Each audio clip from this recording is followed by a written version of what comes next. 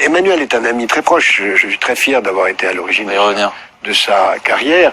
Et c'est un homme très intéressant. Et je suis convaincu qu'il sera un jour président de la République. Le marché a désigné M. Macron comme président de la République, aidé en cela par quelques électeurs.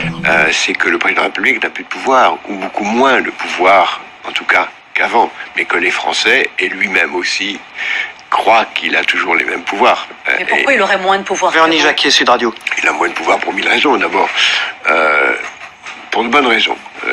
Il n'y a plus la peine de mort. Et il n'y a plus l'Union soviétique. Donc les deux dimensions fondamentales de la thaumaturgie, du droit de vie nucléaire, le droit de vie et de mort ont disparu. L'euro, aussi bonne raison, fait qu'une grande partie de la politique économique est heureusement devenue européenne. La décentralisation, les grands investissements ne sont plus dans l'État et la politique de grande infrastructure ne lui appartient plus. Les privatisations, il n'y a plus de politique industrielle possible. La globalisation, le marché l'a emporté très largement. Et donc il y a un très grand nombre de choses qu'on croyait à la portée de l'État qui ne le sont plus. Monsieur Attali rappelle ici que le président n'a plus de pouvoir en dehors de celui qui lui est donné par le marché. La plupart des hommes politiques et des dirigeants politiques se contentent de gérer au mieux le quotidien et de colmater les brèches. Oui, oui. Alors qu'il faudrait agir pour avancer. Ils n'ont pas de pouvoir réel. Ce qu'on vient de voir ont la grandeur d'être élus du peuple. Ils n'ont pas de pouvoir réel sur la société. Monsieur Attali nous rappelle également que le personnel politique est impuissant. Comprenez que les politiques sont désormais au service du marché. Le marché a donc le pouvoir. Ces traités font loi qui s'impose à la loi des hommes. Tous ceux qui, dont j'ai le privilège d'avoir fait partie, ont tenu la plume pour écrire les premières versions du traité de Maastricht, on s'est bien engagé à faire en sorte que sortir ne soit pas possible. On a soigneusement oublié d'écrire l'article qui permet de sortir.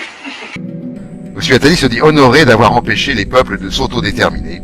Seuls les marchés déterminent. Son objectif est d'étendre son pouvoir. Le marché va s'étendre à des secteurs pour lesquels jusqu'à présent il n'avait pas accès, tels que la santé, l'éducation, la justice, la police, les affaires étrangères.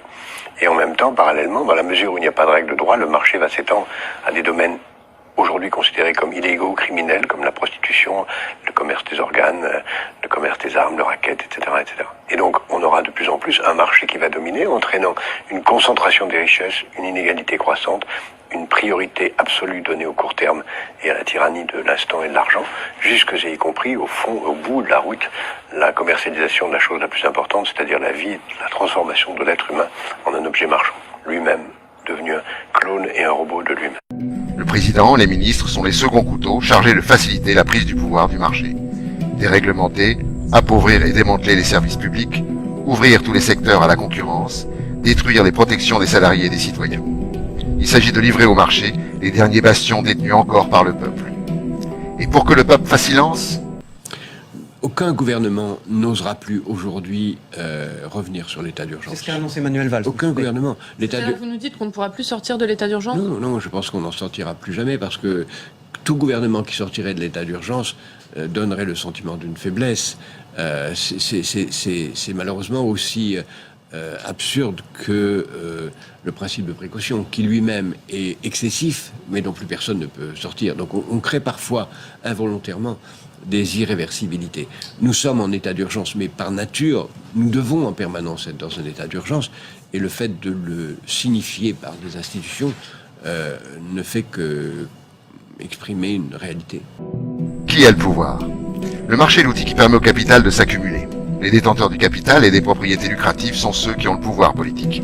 Ils font et défont les pouvoirs politiques à leur guise sans que les peuples n'interviennent. Ils ont déjà prévu la succession, Monsieur Macron. J'irai même plus loin. Je crois que je connais celle qui viendra après lui.